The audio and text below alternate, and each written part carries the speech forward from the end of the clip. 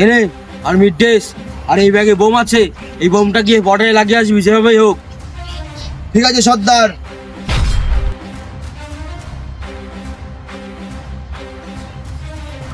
Join sir. Join জওয়ান, কিন্তু আপনি কে? স্যার আমার ডিউটি অনেক দূরে পড়েছে, এখন তো রাস্তা অনেক রোদ্দুর, আমি কি আপনার ক্যাম্পে একটু আরাম করতে পারি? ঠিক আছে জওয়ান, চলো। আমার তো এর উপরে সন্দেহ হচ্ছে।